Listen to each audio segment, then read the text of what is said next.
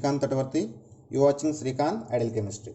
In this video, we are discussing about spontaneous process and second law of thermodynamics. So before going to second law of thermodynamics, first we are discussing about spontaneous process. The process which has a neutral tendency to occur either on its own or after proper initiation under a given set of conditions is known as a spontaneous process. Once again listen, what is meant by spontaneous process? The process which have neutral tendency. I mean we cannot apply any type of external energy. Okay, it is occur either on its own. I mean the process can be done by on its own process and after initiation of proper certain conditions like pressure, temperature, like that. So that type of process we call as a spontaneous process. So if you see the definition, a process which has a neutral tendency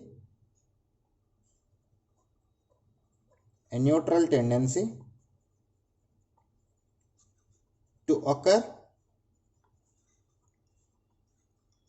on its own or after proper initiation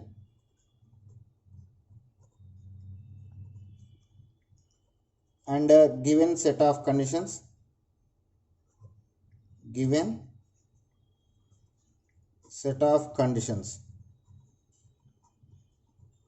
is known as spontaneous process.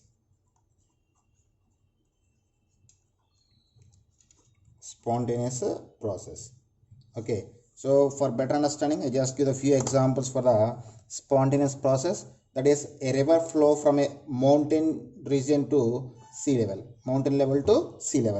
So for this category we didn't need any external sources, so it is the action can be done by on its own.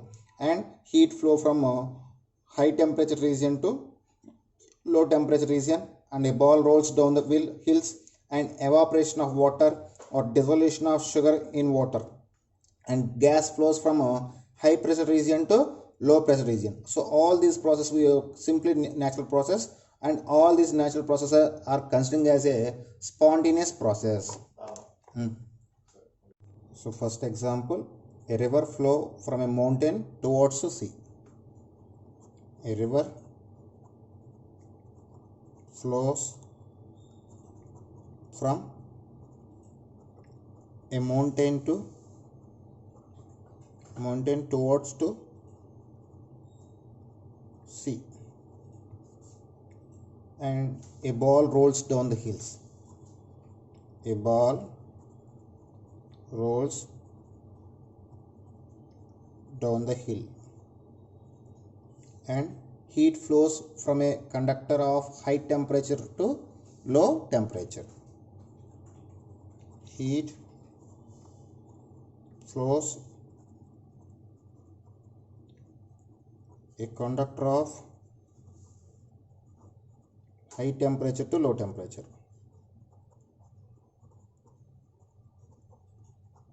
High temperature to low temperature.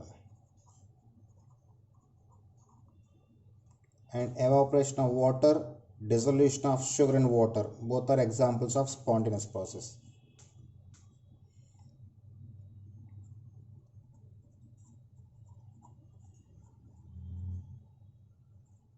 Evaporation of water and dissolution of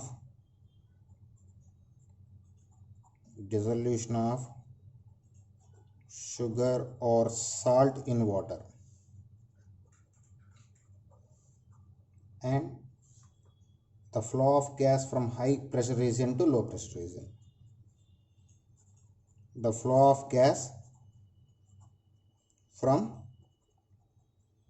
high pressure region to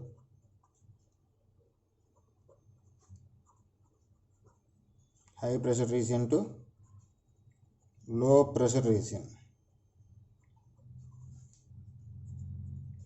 So there are the few examples for a spontaneous process, and all these what I give the all examples, all are the natural process. Simply we can say all natural processes are a spontaneous process. They can move only one direction. What is all processes are all natural processes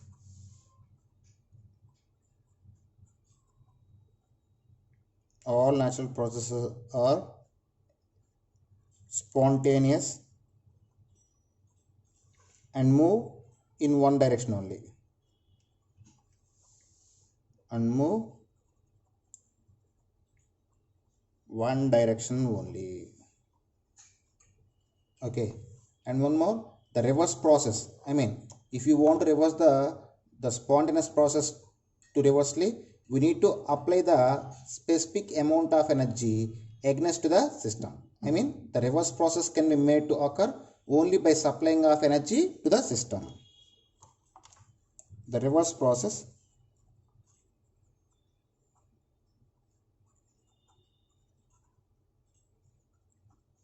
occur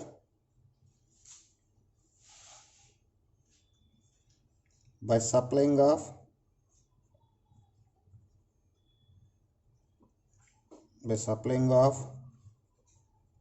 energy to the system. For example, energy required to lift the ball from the ground.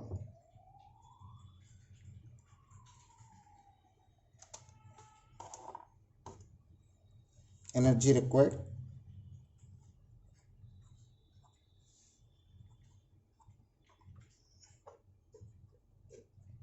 to lift the ball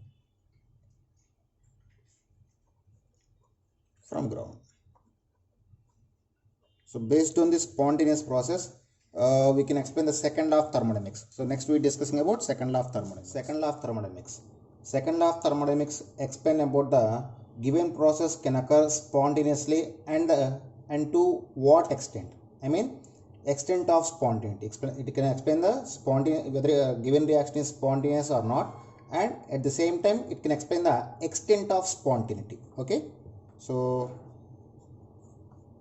it explains whether the given reaction or process can occur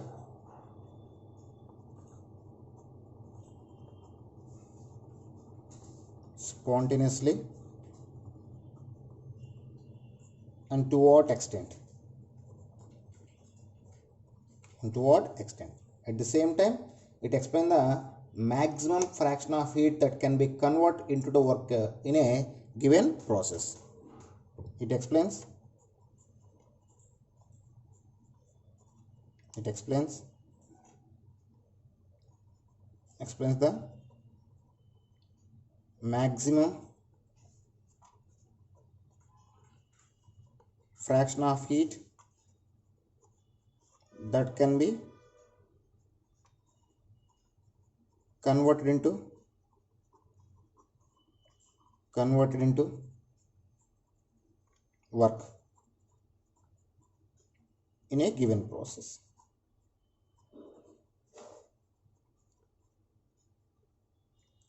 Okay, so and the second law of thermodynamics can be expressed in three ways. First one based on the Clausius, we call as Clausius statement.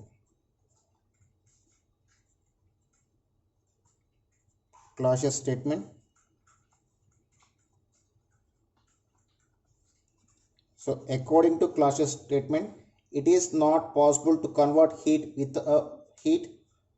into work without compensation. I mean, if you want to done any process, in that process the complete energy cannot be converted into work without loss. That is here we mention as a compensation. So without loss of energy, we can't convert any type of heat into the work. That is the Clausius statement. Once you can see what is meant by Clausius statement. It is not possible to convert heat into work without compensation. It is not possible to convert heat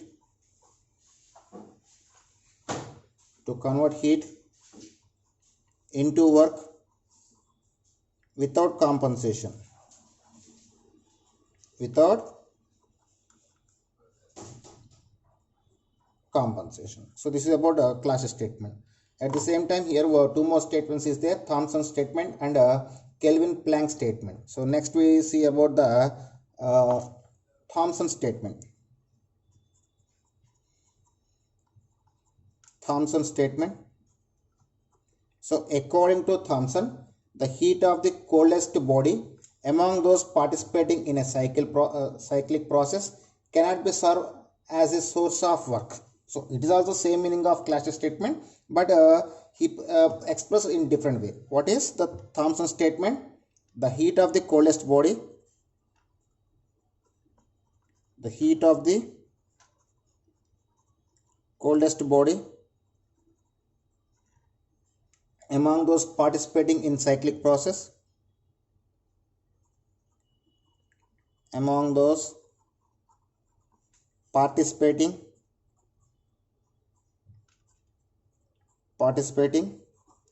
in a cyclic process, cannot be served as a source of work, cannot be served as a source of work. So this is about a Thomson statement. And next statement is a Kelvin Planck statement. What is Kelvin Planck statement? So according to Kelvin Planck statement, it is impossible to construct a machine working in cyclic and transfer heat from a low temperature region to high temperature region without interconversion of external energy. I mean, without using of external energy, we can't transfer the heat from low temperature region to high temperature region. Suppose if you want to transfer from the high temperature region to low temperature region, we don't need any external energy. Okay, but on the reverse process, if you want to transfer the energy or heat from low temperature region to high temperature region, we must need the external sources. It is impossible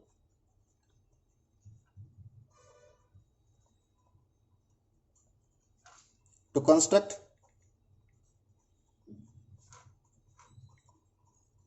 a machine working in cycles and transfers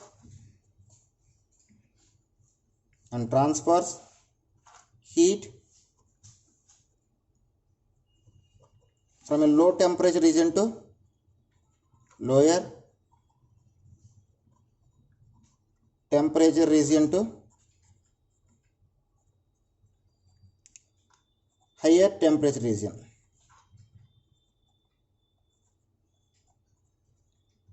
Higher temperature region without intervention of an external energy. Without intervention of an external energy.